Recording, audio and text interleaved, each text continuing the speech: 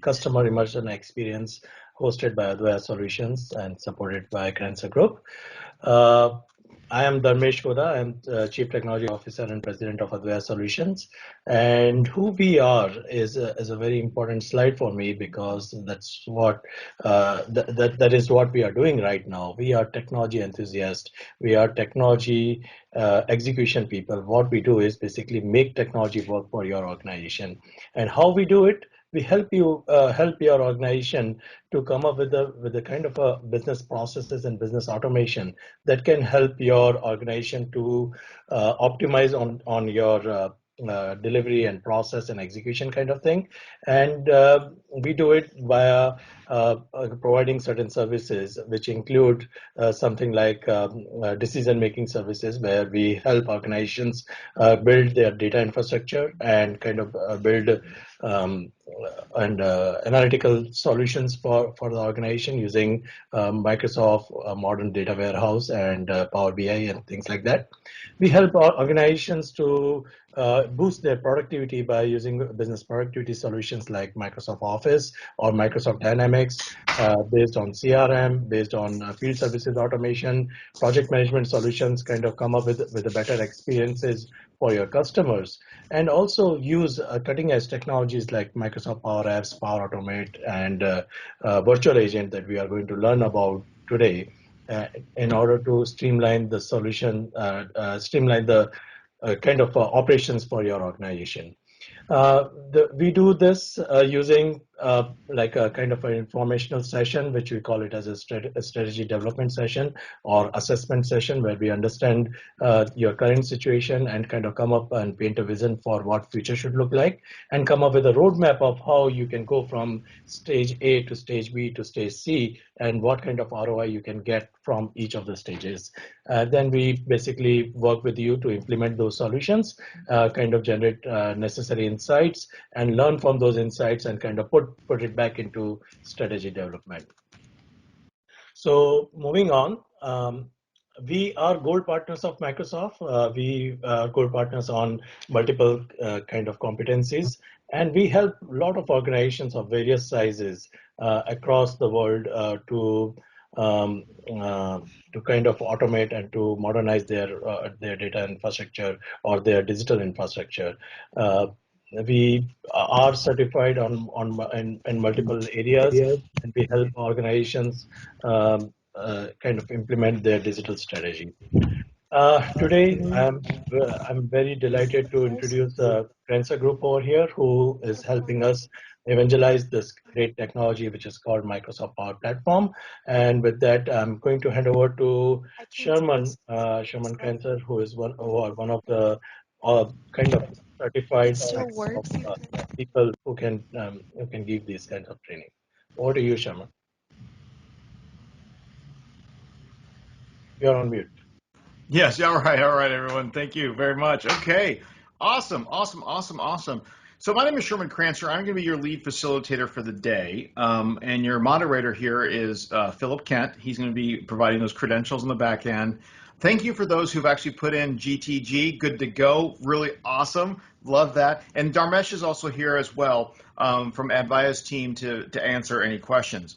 So I spent just a little background from from me here. I spent 5.5 years at Microsoft as an executive there, and really learned so much. And now what my group does is we train and work on behalf of Microsoft and about 7 partners across the U.S. and the reason why we do that is like Dharmesh and Advaya is just really the top leader in their industry.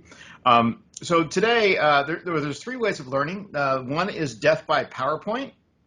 Okay, I'm classically trained to do that. I can absolutely deliver 176 slides in 30 minutes. That's what Microsoft used to ask me to do a lot. I'd always bristle. That's one way of learning, but we're not going to do that. Today we only had a couple slides from Advaya. The second way of learning is just watching watch me do it, right? And that's a good way. And some of you are going to have to do that today because we probably may have ran out of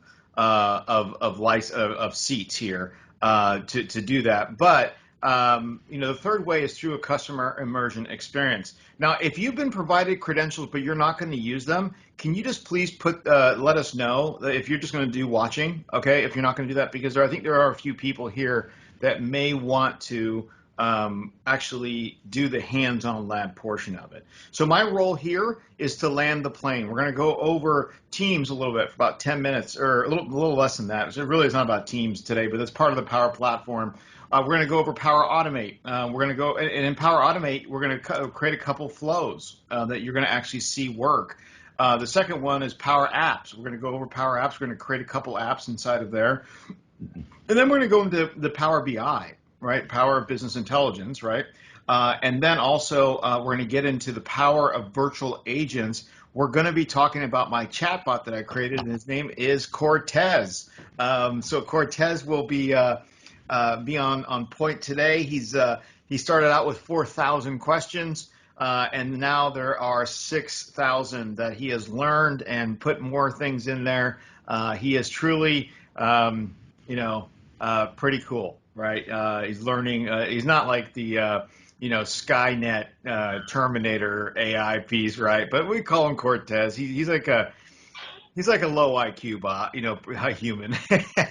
So we'll kind of talk about that today. And then inside of the CIE, we're here to answer questions, really. So if you have a question, or if you have what's called a wow moment, like, wow, I didn't realize that, please ask the question, put your hand up, happy to help, okay? In a smaller class like this, we can actually ask questions, and a lot of times people want to know the same answer to that question, but they may be a little bit embarrassed to ask. But hey, nothing is out of line here. We get stumped every once in a while, but not too often, but we do, so that's okay. Help us out with that. So, okay, with that being said, let's get into this. Let's we're 15 minutes in. I want to start clicking. Let's kind of get out of. So let me just tell you a little bit about. So everyone here should be here at theoffice.com, and on the left hand side, let me get my cursor. On the left hand side, you see all your apps. What I want you to do is go to the very bottom and see where it has the four boxes. There's 3 boxes, and one is a SKU. I want you to click on that, because it's going to help you get into your actual Office 365 environment with all of the apps. Okay, so we'll do this. So a lot of people, they don't, the Microsoft story is kind of more centered around going from single-use licensing to Office 365, which now you can get 5 downloads, right? But the neatest thing about Office 365 is the fact that you get about 25 more applications, right? And part of those applications are Power Automate, or the Power Platform, Power BI, Power Automate, Power Apps. And these applications or Teams is actually part of the Power Platform as well. But these applications are there to help you create efficiencies inside of your organization. Okay, ways to think of things to do better, right, or faster. Okay, but then also do it from a low code, no code environment. Okay, low code or no code type of scenario. Okay, and a lot of times a lot of us would have these great ideas, right? Great ideas with, I've got an app, I got a mind with an app, not necessarily a gaming app, but a business app or something like that. And it'd always be too hard. You have to contact an app developer, and they would know all of the coding, but then they also know how to make the connections through API connections, right, to actually make it work. But the thing is, with the Power Platform with Microsoft, they said to themselves, hey, we've got to make it easier for people to do things. And it's just an amazing, amazing platform. A good friend of mine told me about a year ago, hey, Sherman, this is from Microsoft, but after I left, he said, hey, man, you need to become a absolute expert in the Power Platform, because that's what's tomorrow, right? We have a lot of processes that we do that just don't make sense. There's a lot of times where you're having to do things manually, right? You got to click on this person, then you have to click on delete, then you open up the resources, delete, but then you have to do that for 25 people, right? And there's got to be a better way. We've probably all thought about that. There's got to be a better way. This sucks. I'm sitting here for an hour doing this, right? This is terrible, right? Well, with like robotic process, automation through Power Automate, we can actually do things and create stuff on the that is automated. It's brilliant, absolutely brilliant, and we'll talk a little bit about that today. Okay, so with that being said, one thing I do want to talk about as well is M365. You're probably hearing a lot of this M365 out there and confused. Well, is that different than Office 365? Well, yeah, it is.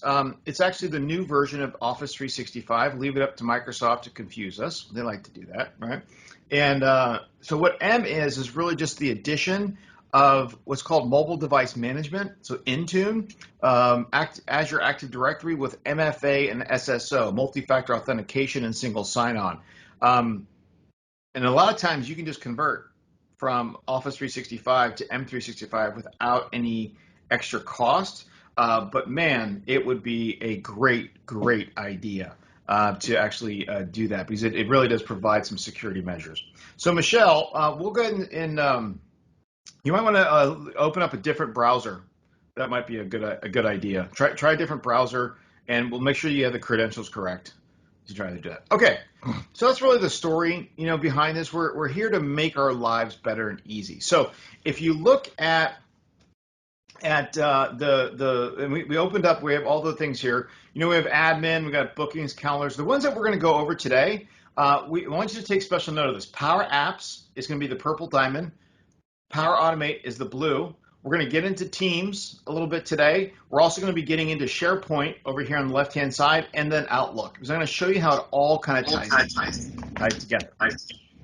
So before I get started, are there any questions about Power Automate, Power Platform, about my introduction that you'd like to ask? I'm happy to get started. Okay, I'm on a conference. What's up? When did you going out of town?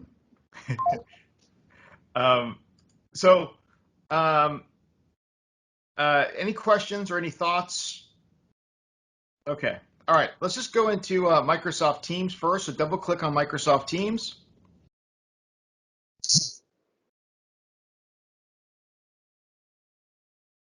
And it's going to pop up here. It's going to initialize. Okay.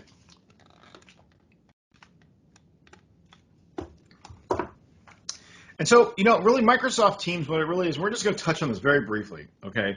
But really Microsoft Teams, what it's designed to do, if you haven't adopted this yet, it's really designed to, how do you think of a way to better communicate and better share files and share documents within your organization, find one pane of glass, right? I'll give you a little bit of backstory here. The Outlook, your Outlook or email really, 27 years ago, right? And 27. Oh, hi, Michelle. Hi, I didn't know my microphone was on. Oh, okay, no problem. You can unmute your computer. Okay. All right. We'll give you the credentials again, okay, Michelle, and then try that. Okay, use a different browser. Okay, so getting back to Teams here, 27 years ago, email comes out, it's fantastic, right? Oh my gosh, we don't need those bike messengers anymore. We can actually send stuff really quickly, really fast. However, 27 years, it hasn't evolved, right? And now people are using it for chat, for tasks, for sharing files. And that's really what Teams is really designed to do, is to get rid of that, is actually to reduce your email dependence by about 70%, and eventually just get away from email, okay? But that's really what Teams is designed to do. So if we take a look at this, a couple of quick things I want to show you inside of here that are really awesome is if you look at the Teams end of it and just type in marketing, we basically, it'll show us everything that is actually titled marketing in our organization. So if you see here when I press enter, this is like a really cool way to find stuff. Any message that had marketing in it, or if you have any files that had marketing in it, the marketing name in it, right? Or if you had people, you could actually just touch on some of the people that you're actually working with. Okay, so that's really what just a quick search function. A lot of times people say, gosh, I can't ever find a file, especially like in Outlook. You can't really do that, right? Find a file and that, is tough there.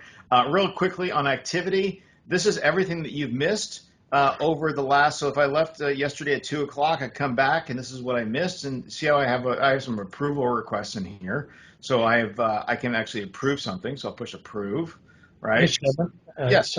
apologize, but can you increase the browser size by 125 or some increase the zoom? 100%. Sorry, man. I sometimes It looks very tiny over here on the browser, not on the Teams. Sorry, up on the three dots up on the. Yep, that's better. Is that better? Okay. Yep. Awesome. So this is activity. Just anything that you've missed, okay, is going to come up here in activity. Now, chat. Really quickly on chat. It is a lot more than than regular chat. You can do group chats. So we have group chats in here. We've created one. We can change our names. It's just so much more, and it's the best way. You start telling people, hey, stop sending me chats on email, right? The next one is just Teams, and I just want to just do the explanation of Teams. What a team and a channel is. A lot of times people are like, well, what is that, right? So a team is your organization, okay? So it would be like your main company, right? Your team. And then your channels are departments. So that's what it is. So if you have a team, let's say it's ABC company, right? And you'd have marketing as a channel, you'd have sales as a channel, you'd have operations as a channel. Everybody's automatically invited to that team, and basically you say, okay, everybody in marketing, go to that channel, and then go ahead and you go into that channel. You can go ahead and put all you can collaborate inside that channel. And that's really what Teams is made for. So Michelle, where we're at right here, let me see. We want you to go to office.com, okay? And Right. bottom left-hand corner is a little four, and as my cursor's going over, click on that and then double click on Teams. Okay. Teams. Yes, double click. Okay. Yeah, so we're almost done with Teams here, but we'll get right into it. So Teams, and then you have your calendar. Just one cool feature inside of this, I know we're going to really briefly, is this new thing called Webinar, which you're actually on right now, where there was a registration page. You actually filled it out. You got an .ics calendar invite. What we like about it is we don't have to share personal identifiable information with other folks. Right? They don't get to see your email address. So that's really cool in the webinar. And then the last thing I'd like to talk about here is Teams calling. A lot of folks don't realize that Teams calling, out of the box, you can make internet calls, but to like if somebody else has a Teams environment, or you can call anybody or video call anyone inside of your organization, right? But if you add $17 per license, so if your license was $12 for Business Plus, you added 17, your total is $29. You then get an actual dial pad right here. It's really amazing. Angela, 1 second, I'll talk to you about that. So you get an actual dial pad, okay, and you get free calling. Not free calling, but you get pooled minutes, right? I guess it's asking me to, hold on a second. Refresh, little rascal. But I've got MFA on, right? So this is a good thing to show. Approve. See, I had to approve it on my phone. Face ID. Okay. All right. So to answer your question, Angela, no, it's different than a live event. It's actually much better. It's what we're doing right now. So it's like a Teams meeting, right? So that we can actually interact back and forth.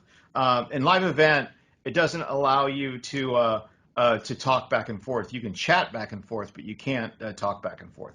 So just the last thing I touch on the calling part is if you do that, okay, now the national average cost for a phone for an employee is $39 per employee, and that's the private branch exchange, the guts, the big box that you have in the telecom closet, and it includes all the phones, but it also includes the cost of the lines, right, and the phone calls. It's about $39 per person today, and just think about that. You could get that with your current licensing for $29 and just get rid of all that other phone stuff. And I think the main difference here with this VoIP solution is if you lose internet, right? That was a problem with VoIP in the past. You lose your internet, oh, you can't make any phone calls.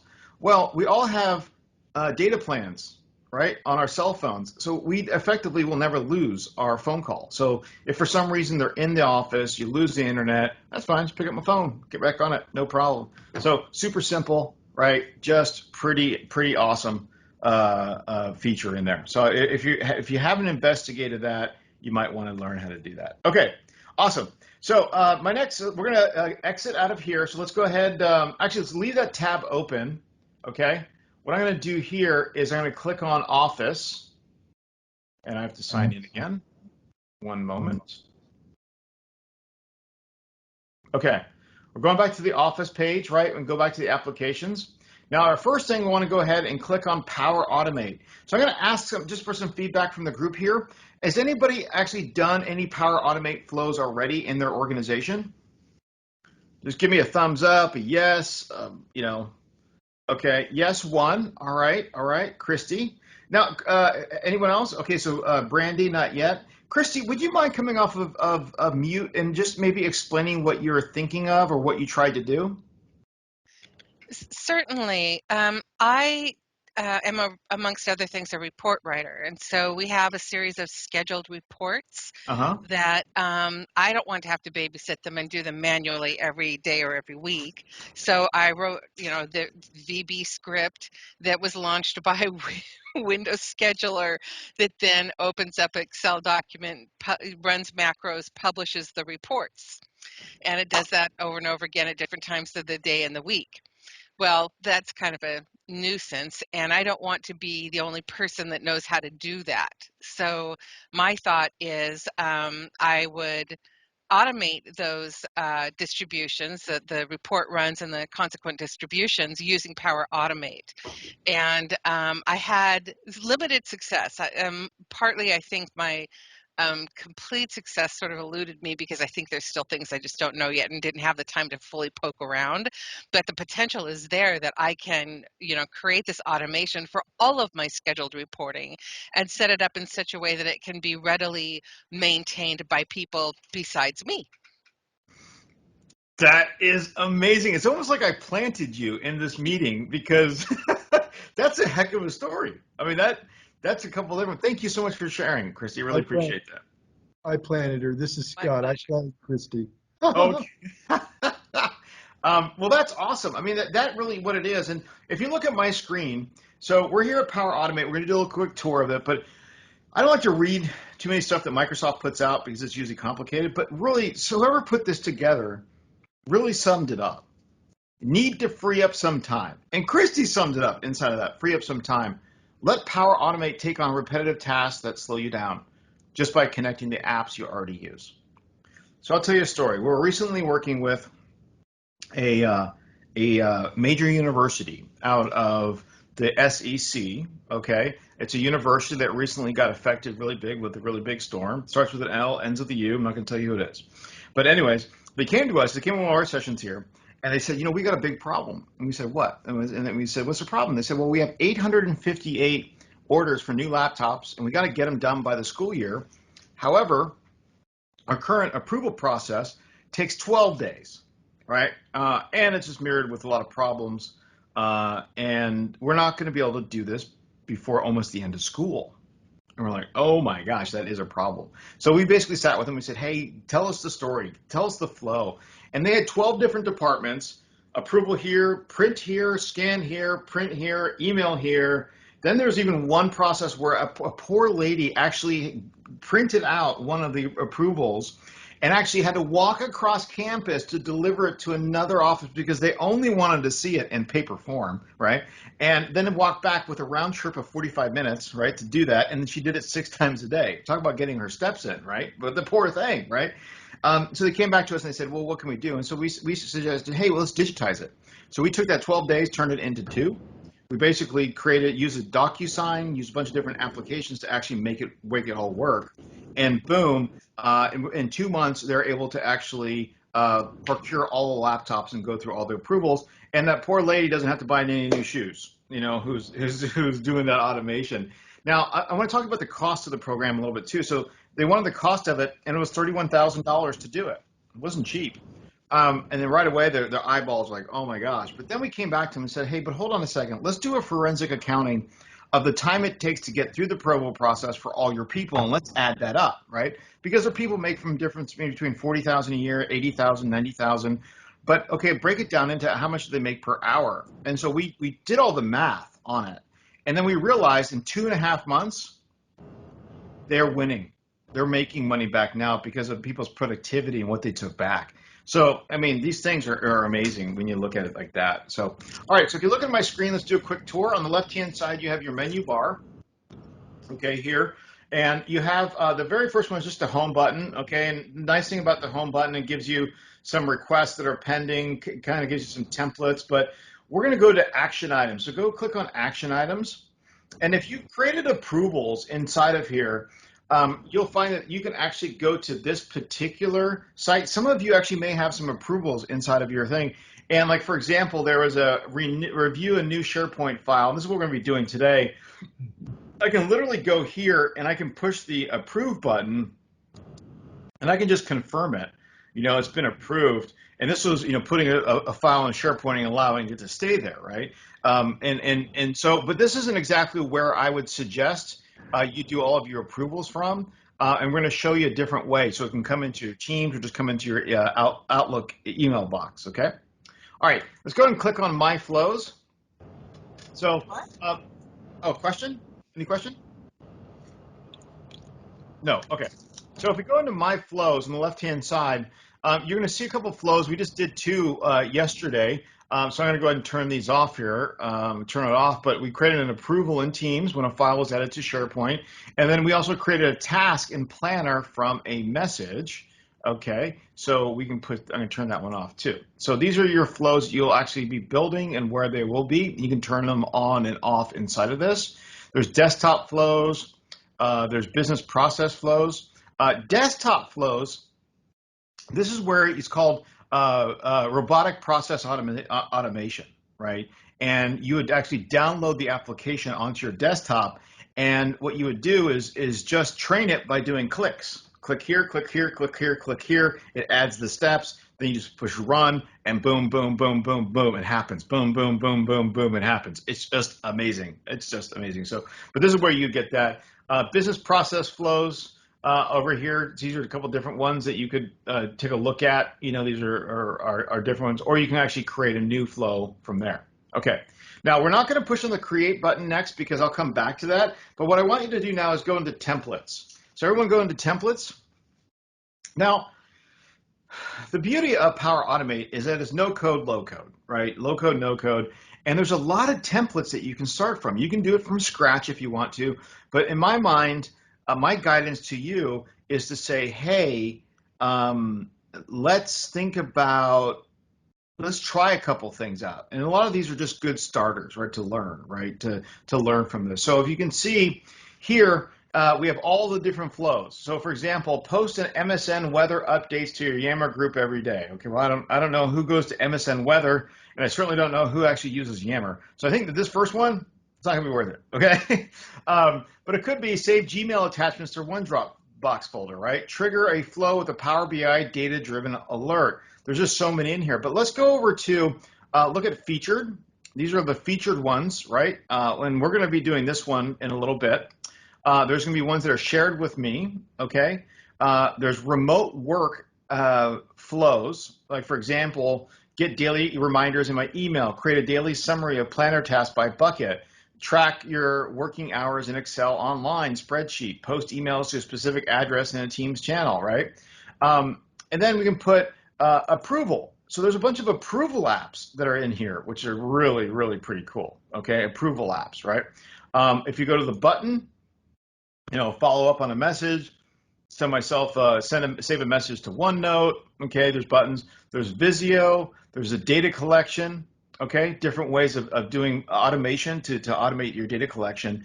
But I want you to click on email, okay? So this is the homework that I'm gonna give to you today, because these are pretty simple, okay? And this will, each and every one of you will be able to do a flow after this, after we do this, you know, by yourself. But as you can see in here, it says, like the first one is called save outlook.com email attachments to your OneDrive. Now, I did this at Microsoft, so I get a ton of attachments.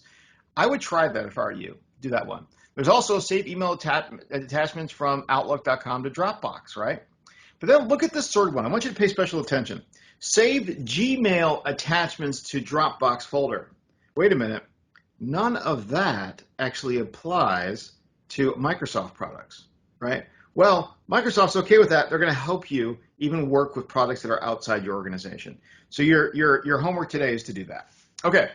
Then there's connectors on the left-hand side. When you click on connectors, now one of the problems when you're used to have to build these types of things, it was all coding, right? And you need to know what are called APIs. These are connection points, API connections, and you'd have to and it's basically like the key and the certificate, right? It's like, okay, I've got a key, here's the lock, I can allow you in, it's the connection point. A lot of people don't know that that's not very easy to do, okay? So what Microsoft has done here is they've already pre-populated all of these connectors to be just snap-ins, okay? So, but the cool thing too, though, look at this. Look at Salesforce.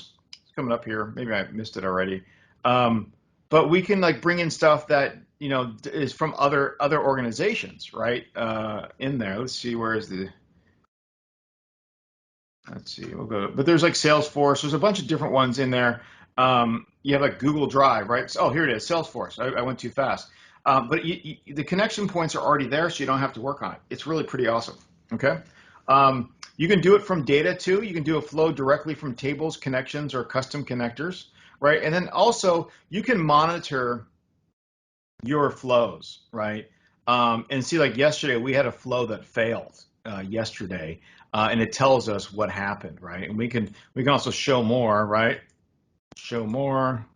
See how I have all these? We can monitor those different things, right? Could be. All right. So let's go ahead and do something. Let's go ahead and go to create, please. Okay, everyone's in create. Now, we can create from scratch, okay? From scratch by just doing automated cloud flow. We can do an instant one, trigger manually as needed. Automated is going to be denoted by anything that happens, right? Instant is when you push the button. Scheduled cloud flow is when it goes into, right? But we can also do a desktop flow, which is the robotic process automation, and then business process flow. Okay, we can do that. So what I want us to do here is I want you to look over the third one over. It says start an approval in Teams when a file is added to a SharePoint folder. Okay, so we're basically saying, okay, hey, we don't want people to put a whole bunch of documents unless we approve those documents to be able to put in there. Okay, so let's go ahead and click on that. All right. Okay. So what this does is, excuse me, a sip. What this does, okay, is this tells us who's the Office 365 account, right? Now, if you have something that says fixed connection, just go ahead and click on it. And fixed connection is basically just trying to federate and get the credentials in. But it talks about the approvals, right? Whose Teams account is being used, whose Outlook account is being used, and whose SharePoint folder is being used. So as long as you have 5 checkboxes, then you can go down and push continue. I want everyone to push continue, okay? All right, so the cool thing here, it's a wizard. It's gonna help us understand how to do this. So if we go into SharePoint site to monitor, I want everyone to click on the downward chevron here, it's the arrow, and I want everyone to go to marketing team, okay? Does anybody not have marketing team?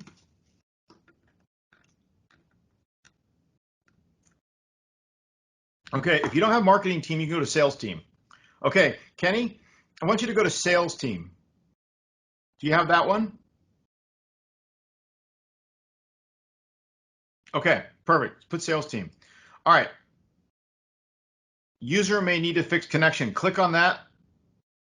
Lizarazu?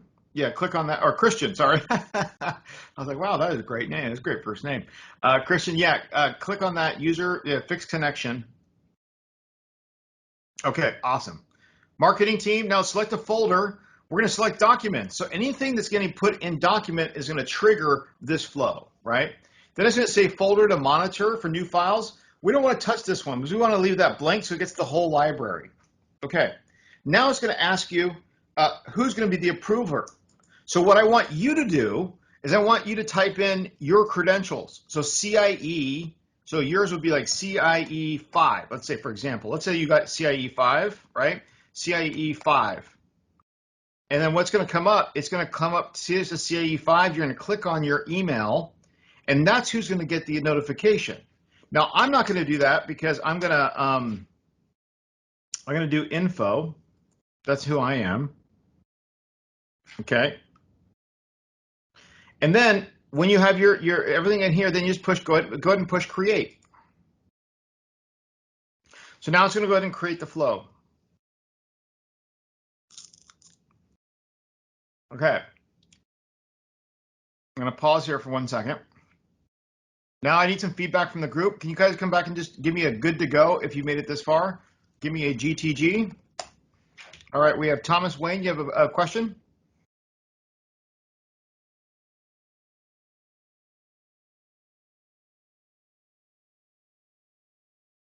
All right, thank you, everyone. I really appreciate it. Any feedback is really helpful to make sure that we're out going on the same direction. Thomas or Wayne, do you have a question? I'm sorry, not Thomas Wayne. Wayne, do you have a question? That's all right. Two first names. I'm used to it. Hey, I didn't get the alternate SharePoint group to choose. I don't have marketing. Do you have sales? Try sales. Sales team Yeah. and select item documents. Okay, Documents. Yep. looking good. Leave the third one blank, and then the fourth one, type in your credential. So your CIE, I don't know what was given to you, CIE 6, 7, 8, what one of those? 18. 18, perfect. Okay, and you'll click on Perfect. that. Yeah. Perfect. Got it. Thank you. Okay. Okay, so if everyone is here, okay, now the first thing I want you to do when you get to here, and Wayne is going to get there in just a second, top left-hand corner, I want you to go to edit. So this is the flow. It's already created the flow for you. So this is like the Visio of it, right? We can manipulate things. We can also add branches, add trees, more approvals. But if you see here, it says when a file is created, get my profile, create an approval, send that approval over to email and put it into Teams. Okay, that's what it's doing. But I could add a tree to this. I could add an action or a parallel branch, for example. And maybe I wanted to do made a condition, right? If yes, if no, blah, blah, blah. We can do these things, right? But I'm going to go ahead and delete that. We don't need that over there. But you can do that, right? So we're not going to save it. And then I always like to go to flow checker, okay, to see if there's any errors or warnings. Doesn't seem like we have any. Perfect. We can go back to the back icon. So this is what's going on here, okay? Now, let's actually trigger the flow. So what I want everyone to do is go back to Microsoft Office, the tab that says Microsoft Office, and we're going to open up SharePoint, okay? So open up SharePoint. Awesome. Okay. Now, for those who are part of the marketing team, who did the marketing team, I want you to click on the marketing team. Now, Wayne, you're going to click on the sales team, I think. That's what you have. And I think there's another gentleman, Christian, you have the sales team too. So go ahead and click on that, right? And what we want to do is we want to go into the documents folder. Okay, so we're in SharePoint. We're going to go to the documents folder. Okay.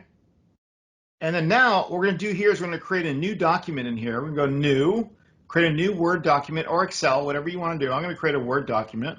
Okay. And I'm going to give it, gear list for next picnic, right? And then 1.2.3.4, whatever, right? Okay. And I've got this list going, and I just push. And what I want to do actually is I want to change the name. Okay. Change the name here. So I just click on this. It's online. So I'm going to type this gear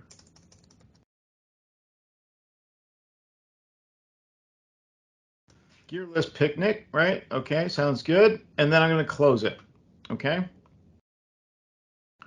Now that we've done that, we've added that right to this, right? I'm going to go ahead and refresh this so I can see it, making sure I added that document. Okay, so book, okay, gear list, dream team, awesome, awesome, awesome. Okay, now what I'm going to do, I'm going back to Office, and I'm going to show you something here. Go to your Outlook. So open up Outlook. Okay, it's going to be another tab. And then what you're going to see in Outlook is, holy smokes, we have the flow, right? I'm going to click on the flow, and it says gear list picnic. Look at that, automatically updated, right? Put there, link to, and I could actually go to actually approve it from here, right? And now look at this. So CIE3 sent me them. All of a sudden, I'm getting a lot more of these requests, right? So I have those. So if you didn't put in yours, you're not getting them. But if you did put in yours, you're getting these. Okay. But now let's get back to. Well, I'll show you. Even if I click on approve, watch this. It takes me to those approvals and allows me to just go ahead and push confirm, right? That's going to allow me to approve that actual list, right? Look at this. Look at all these. And it says Sherman just approved it, right? And it gives me that. But let's go to Teams now. So you probably should still have Teams open in that tab. Click on Teams, okay? And then when you click on your Teams, I want you to go to Activity. Okay, now what's happening here, okay, is we're getting all of those requests are actually being sent to me in my Teams, right? So if I sit over CIE3 sent me a request, it's going to come up here in a second. See how it says approvals? Boom, we can approve it. And done. It's been approved.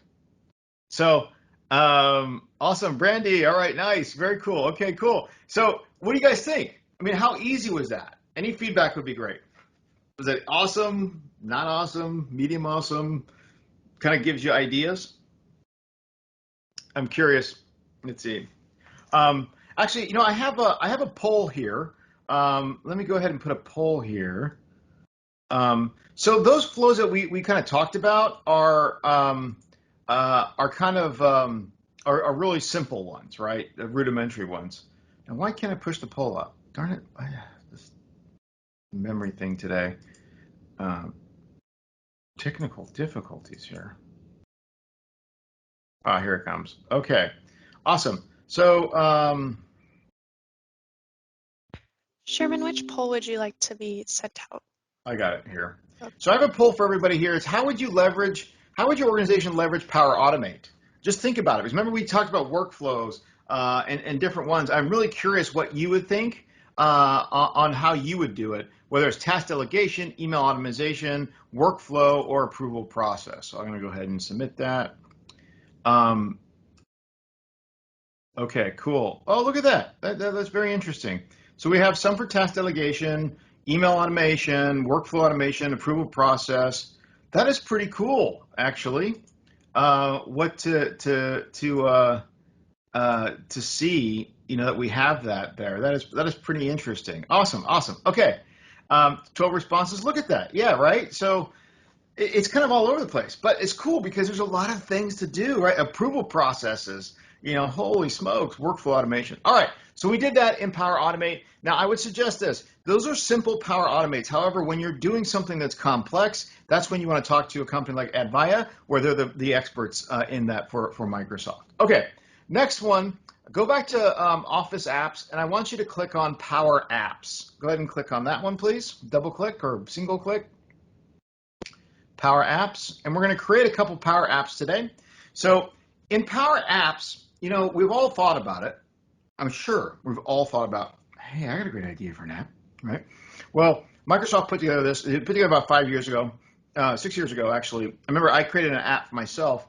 I was influencing 6,000 partners at one time in my career, and I needed a training app. So I created 21-minute videos, and then I created a portal app, basically a web app, where people would come in, they'd sign in, and then they would view the videos, and they'd like gamify the video, right? So you get 1 point for every video, blah, blah, blah, got you through it. And over 3,000 people went through that. It was pretty neat. And I published that app onto the App Store, onto the Apple Store, right, and the Android Store. I put a Microsoft Store, Apple Store, and Android. I was able to publish it. I figured it out myself.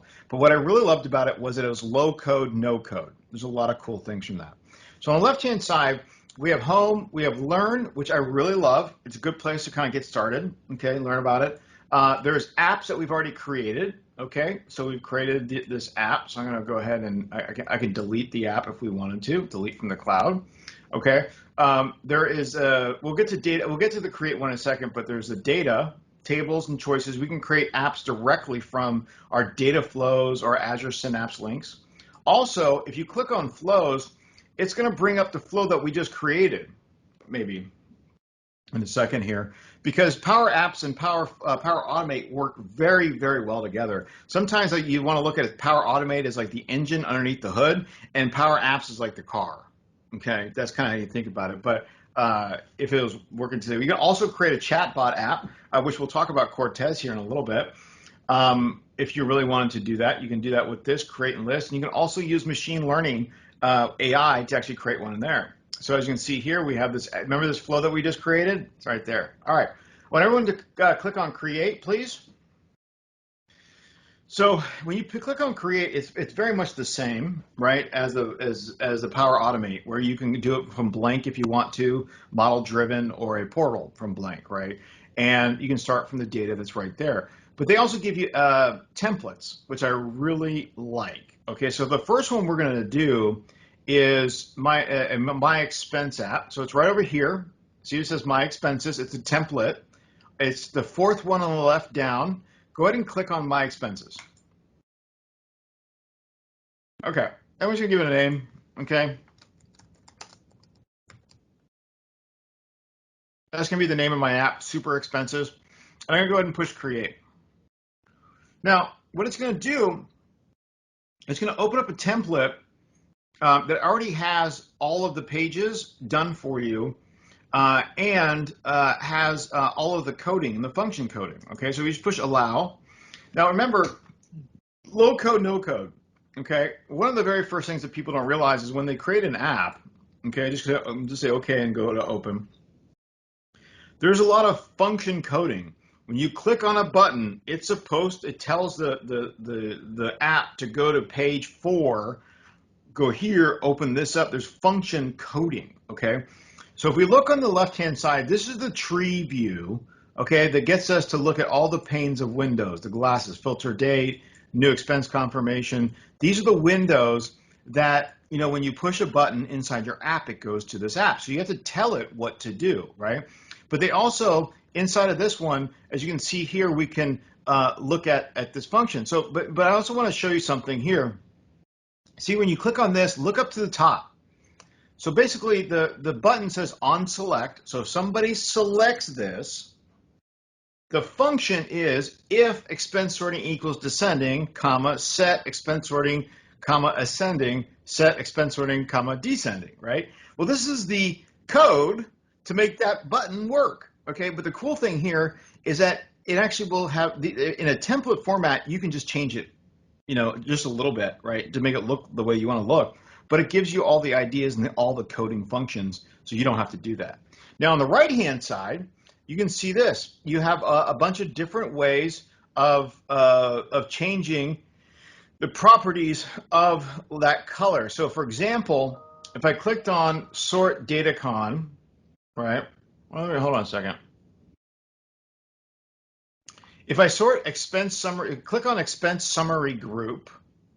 Oh, no. Hold on. Wait. Okay. I want you to go ahead and click on Header, actually. Okay. So in our header, on the right-hand side, we can change the color of the fill, right? So let's say I want to go here. I want to make it red.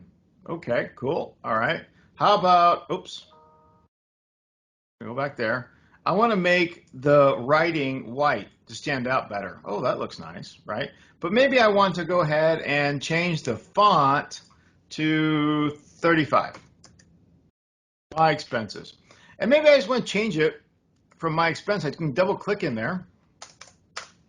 I can just call it expenses, right? And I want to make it a little bit bigger.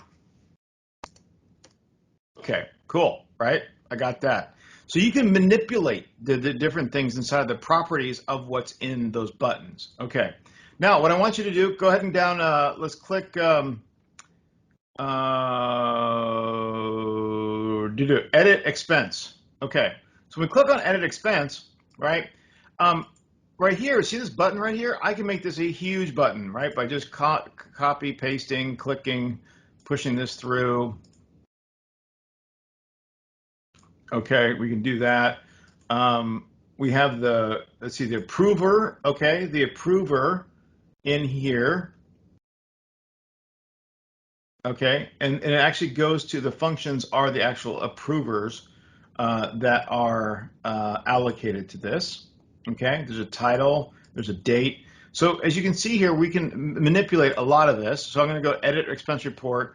I'm going to make this courier new. Oh, what is that? What did that do?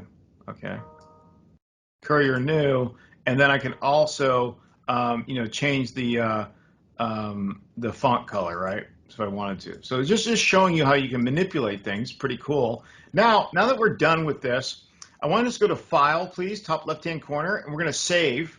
So I'm saving it as Super Expenses, and I'm pushing the bottom right-hand corner to the Save button. Okay, so we've got the Save button there. Super awesome. Okay, because now what it's doing is creating that app. Okay, so now after we've created that app, we go to See All Versions. Okay, this is version 1. This is the first one, and you look, it says live, right? So let's go play this app. Let's go check this out. So if you go to the play button, okay, and what that's going to do is says SharePoint, right? But now my app is here. Now all I had to do as a developer, I was the one that had to push SharePoint. Okay, now nobody else is going to have to do that. But look at that. Remember, I created it in red, and I put the expenses in white, right? And actually, this is a live app. So watch this. I push plus. Okay, I got to go to the report title, right? And it could be dinner, right? And I go down to the approver, right? That's going to be Paul Cannon, okay? Cost center, Microsoft. I'm going to push create, okay? Then I'm going to add a new line item, right? And I'm going to put description, dinner, category. I can use a drop down. Food and beverage, cost $125. Save, okay? Kind of cool. Well, what if I want to go ahead and edit that, right? We can edit this actual line item if we wanted to, right? Okay. But I can also go then to submit. So I'm going to submit this report, and awesome. Now inside of here, it shows that I already have a pending like dinner expense report, right? So what if I wanted to click in there? Okay, I can edit that, right? Again, if I wanted to, but now we actually have an application that has been fully deployed. Thumbs up, people. You guys like that?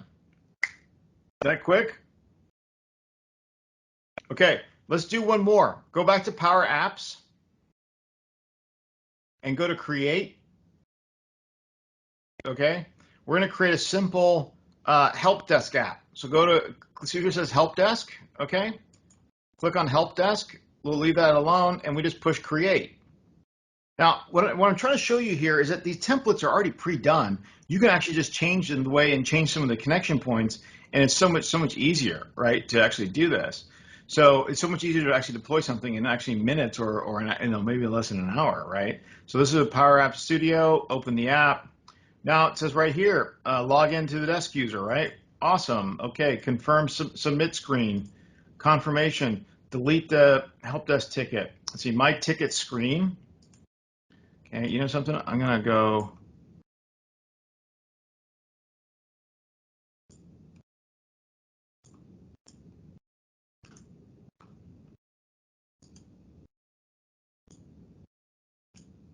Oh, I don't want to do that one. Oh, that was not good. Here we go. Okay, that was not a good color. But let me get the color here. Let's see. Okay, so that's my help desk tickets, view tickets. Maybe what I want to do here is change that to yellow. Okay, cool. So it shows the different things. But now all we have to do, once again, after we made those things, is go to Help Desk. We go ahead and save it, and then we go ahead and publish it or play it. This is actually being published right now. We go to the See All Versions.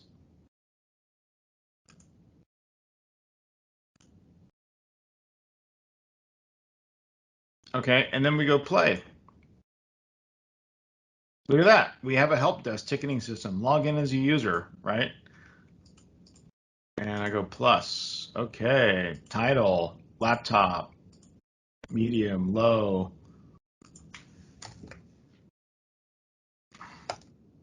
Oh, it says, create this ticket. All right, it's been submitted.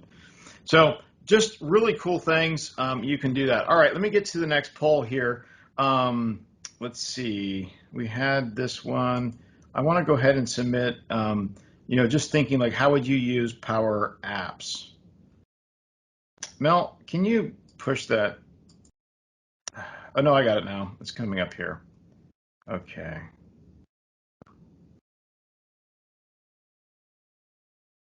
Here we go. I'm curious how you would use Power Apps. So go ahead and click, and it's kind of cool to see what people are doing here, for Power Apps. Okay, awesome. So while you're doing that here, SharePoint site request and design. Nice. There you go. Awesome. Perfect. Okay. Awesome. Yeah, there's a cool crisis back to work. We have a friend of ours that put together a COVID response type of app. Is really, really neat. All right.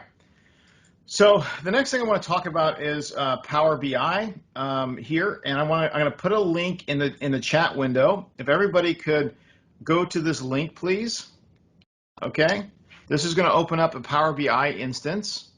So I'm going to open up another tab here, and I'm going to put this link. Okay, so really, Power BI and understanding building a modern data warehouse is really where you want to go.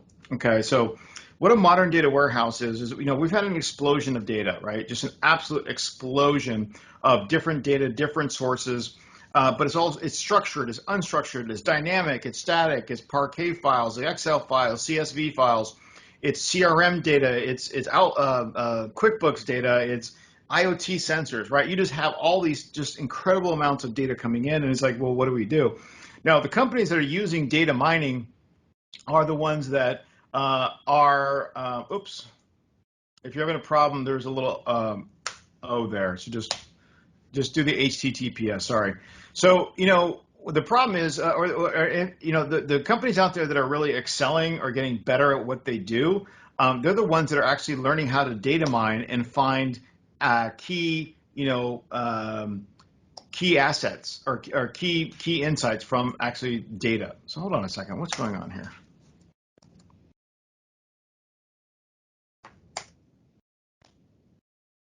Oh, there we go.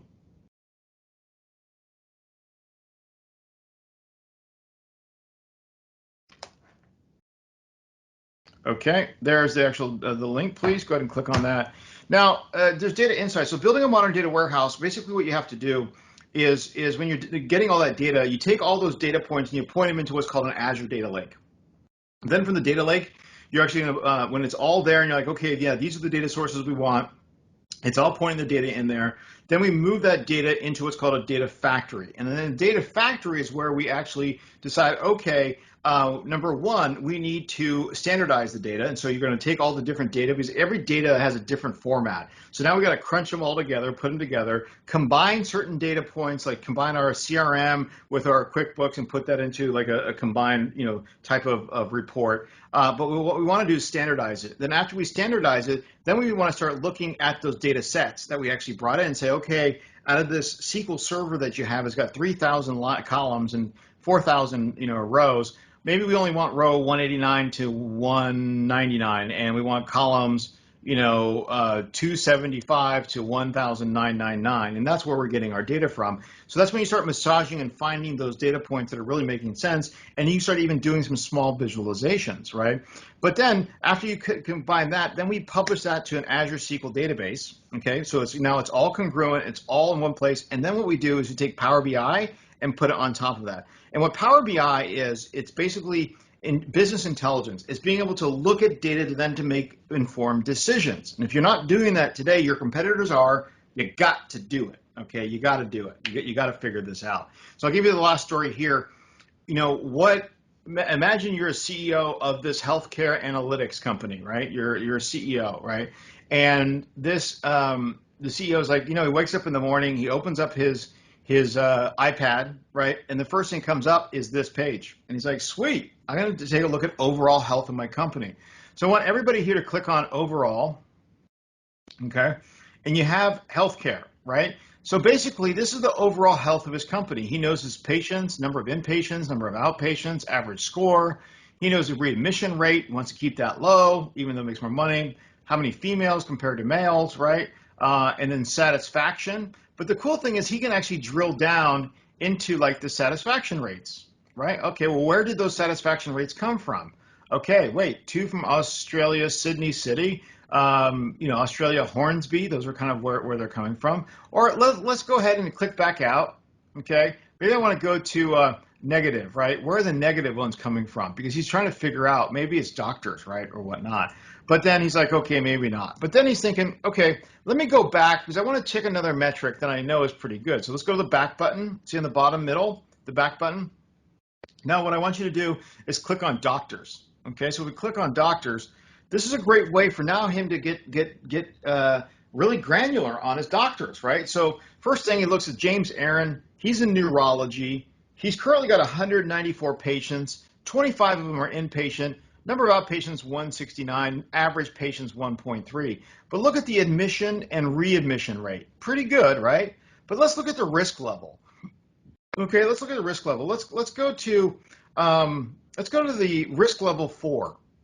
Okay, now we know that there's 106 patients in risk level 4. Number of them, 4 are inpatient, so that's kind of good. Number of outpatient, 102. Okay, let me click back out of that and click into risk level 5. Now they're all outpatients, right? And if you take a look at this, admission, readmission, it tells you, right? Then it also tells you the date range of who they are, right? So very interesting, right? Or we can actually click on the patient's age. So we notice that between 31 and 40, we're seeing a lot more in neurology. And we can kind of take a look at this and also take a look at the risk level that is based just on those age ranges of 31 to 40. So I'm going to click back out.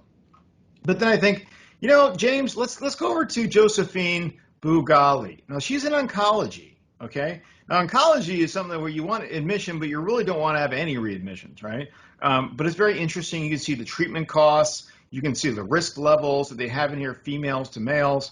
And then we can go over to Michael Carey. Okay, he's in orthopedics, right? Number of patients, number of inpatients, number of outpatients, average patients. It becomes probably one of the best ways to understand your business. So let's go ahead and go back. We're going to go back one. Whoops. Where was I? I'm going to go back one. So I want to get to that main page again. Come on.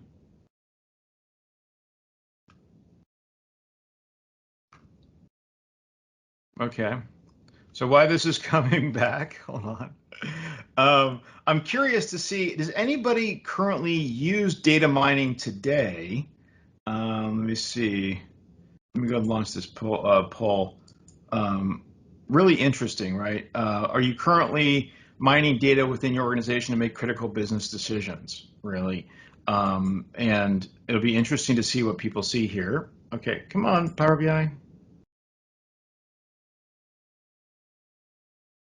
Yeah, I love my analytic tools, right? That the analytics is the best.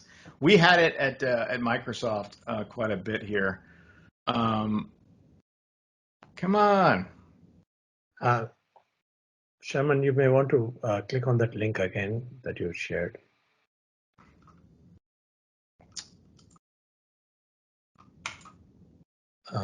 Yeah, I got you. 1 second.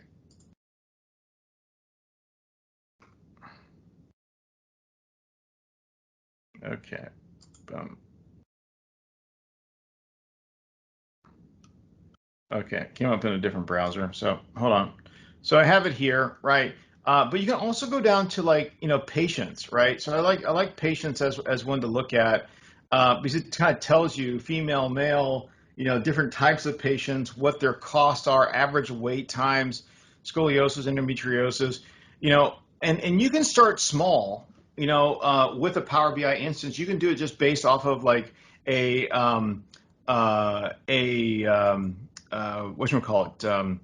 just an Excel spreadsheet. You can totally do that, right? That people actually update, and you can actually create a really neat Power BI model out of that. So pretty cool stuff. I don't know if anybody here has any questions about Power Automate, but I'm going to get over to Chatbot here in a second. Any questions? Or not Power Automate, but Power BI.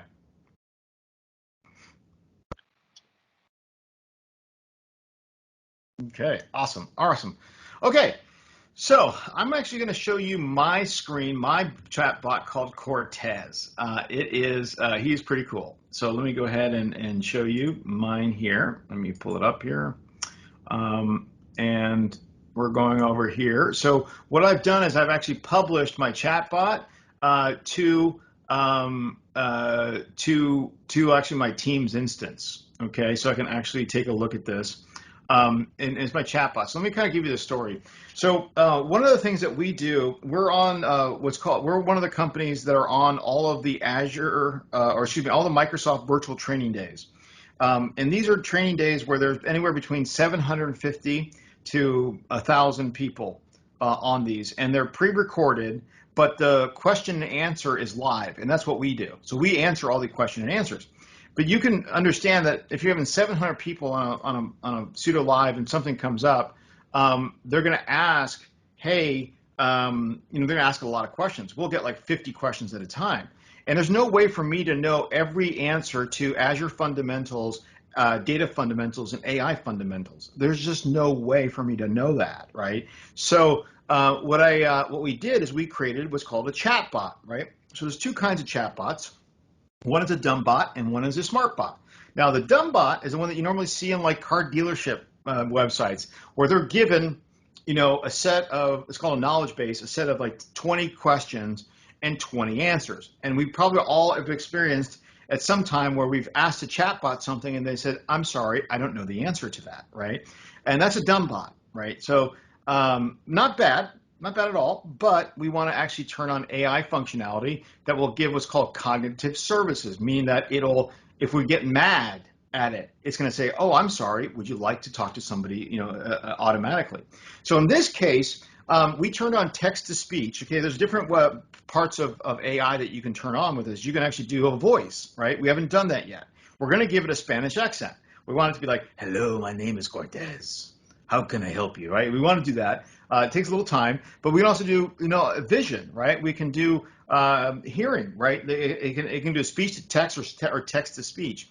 But what it also does is it learns. We have these machine learning algorithms that we put in here, and it learns from questions. So what's very interesting is it started out with 4,000 questions, right, in the chatbot. And as we're getting different types of questions with different entities, different intents, all of a sudden, Cortez started learning. And now Cortez is up to 7,000 potential questions and answers. Now, there's a lot of different ways to ask a question, right? How do you open up Azure? Okay. What is the best way to open up Azure? How do I turn on Azure? What is Azure, right? And so there's all different ways of doing that, and that's where the knowledge base comes in. So for example, I can type in, what is a resource group, right? That's a good one. What's a resource group? And Cortez is going to come back and say, oh, a container and resource group. Thank you, Cortez. Really appreciate it. Say, do you drink coffee? We can ask that, because that happens, right? And it says, oh, Databricks. Wait. Okay, he needs to learn about it. So drink coffee. Okay. Okay. He's telling us, yesterday he told me, no, I don't drink coffee, silly. I'm a bot. Today he's like telling us, okay, I'll do that, right? So he learns. But let me show you another cool one. What is an availability zone? Okay, what is an availability zone, right? So we're going to ask Cortez. So Cortez is going to come back with, oh, availability zones are separate locations with their own power, blah, blah, blah. Would you like to see the global infrastructure diagram? Well, thank you, Cortez. I certainly would. I can click on this one. And then Cortez is going to then give me this. And this is from the knowledge base that it has, right? It's collected this, it's put this together. Well, thank you, Cortez. Really appreciate it. Let's see. Are you a chat bot? Let's see what it says. We are not a chatbot, but we are live and here to answer your questions. So he's now kind of getting on his own free will here. It's going to be a little crazy. It's a little scary now, right? But that is just an example of how chatbots can be used as a resource, right? As a way to do things find information very quickly, right? And yeah, we can put in there what is Databricks, right? We can do that. What is Databricks, right? And it'll come, Databricks is a processing service in Apache Spark. Well, that's really awesome. And it gave me a link, right? What is a data factory? Okay. And let's see if it has that. Oh, there's data factory pricing data. Okay. What is a data warehouse? Let's see if it wants to give us an answer to that. Of course, data warehouse. So we can click on that link. So there's a couple things we need to give him some learning, but they learn over and over again. They kind of actually learn from that. So this is my guidance to you is using a there's going to be two types of chatbots you should have for your organization. You should have one chatbot that's sitting inside of an organization that's answering HR questions or just generalized questions. Talk about having to save time, right? Where is this? Where is that? What is the new, insurance plan? That kind of stuff. When is payday, right? Or even having like an acronym dictionary, right? Because you might, like Microsoft, we had our own acronym dictionary because we could speak full paragraphs in acronyms if we wanted to, right? But you have one for internal, and then the external, you want to have one as well, but you want to turn on AI on both of them. You don't want them to be just dumb bots, but they can. Another cool feature they have is when you're creating these chatbots, the first thing you need is a knowledge base, right? So you need to have your questions and your answers, but then you also need to have how many types of different questions can you ask that question? So it could be 5 different ways with that one answer, right? But then you're like, well, gosh, I know there's a lot of FAQs that we have out there. Well, no problem. When you're building that knowledge base, you can actually, using the chatbot builder, you can scrape FAQ links. So if you know what like 6 links are in FAQs that have FAQs on them, you just put the link in and it'll go ahead and scrape it. And it'll actually upload it to the actual knowledge base. It's pretty cool. And just kind of last part about this one is, Cortez is thinking about what is the score. So when we asked him about, Data Factory, right? What is Data Factory? He scored that question and actually came up with this. I didn't necessarily ask this, but I got to ask him. I got to ask him better. I got to go in there and train him a little bit. But the cool thing is, it just gave me the actual link to pricing for Data Factory, right? I don't know why we're having trouble. Okay, perfect. So here's pricing for the data pipeline. Like, oh, okay, kind of cool. So that in itself is pretty darn awesome with that. So, all right. So any questions on chatbot?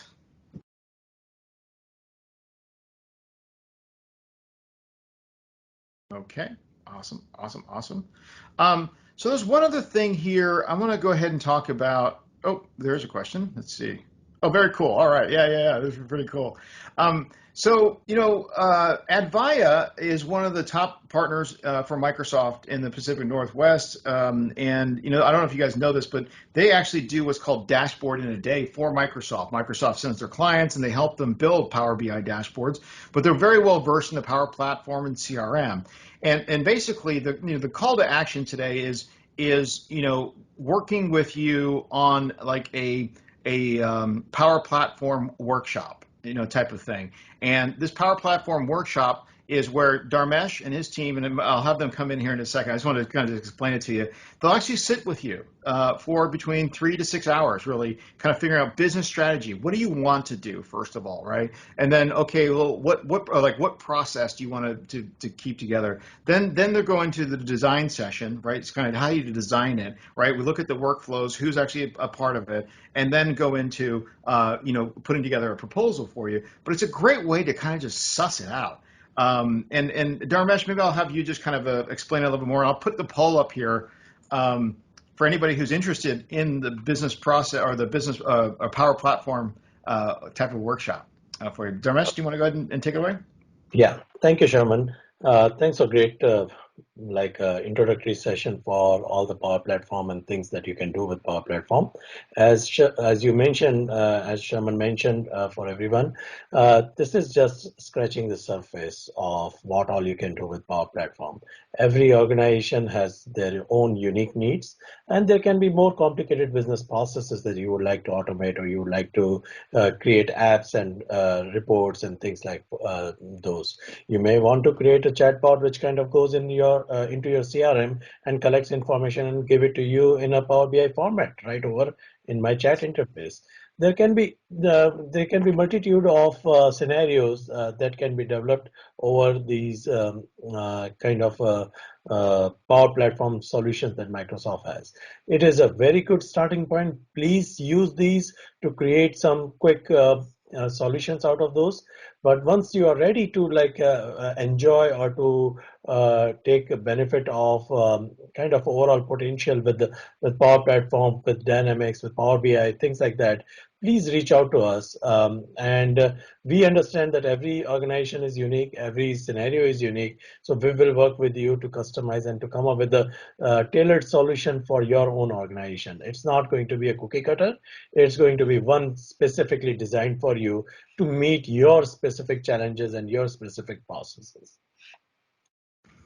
That is great, Dharmesh. And yeah, just think, after you're done with this, go do that Power Automate, the Outlook one that we talked to you about. But I want you to try to envision, what process do I have right now that is like that, the L space U college one, that is just like, what? Why do we do it this way? That's what I want you to kind of think about. And then for those who express interest, Dharmesh and his team will send you out a calendar invite to actually just have a quick just introductory call to kind of figure out what's going on. If that time doesn't work, just reply with, get another time. Whatever availability, yes. Yeah. Yeah. We'd love to talk to you. I'm pretty sure everyone is excited about the capabilities of this thing. Shaman did a great job in creating that excitement, but do not let that excitement go down. Please implement something out of this. Take that as an homework. Do create one or two automations with your own organization and see, kind of realize the potential, without making too much of coding or anything specific. You can do simple optimizations within your processes, within your organization very quickly. So please take this as an opportunity, take this as an homework, and we will be reaching out to you to discuss what more. All right. Very cool. Well, thanks everyone for coming today. We will follow up with you. And please, thank you, Kenny. Really appreciate it.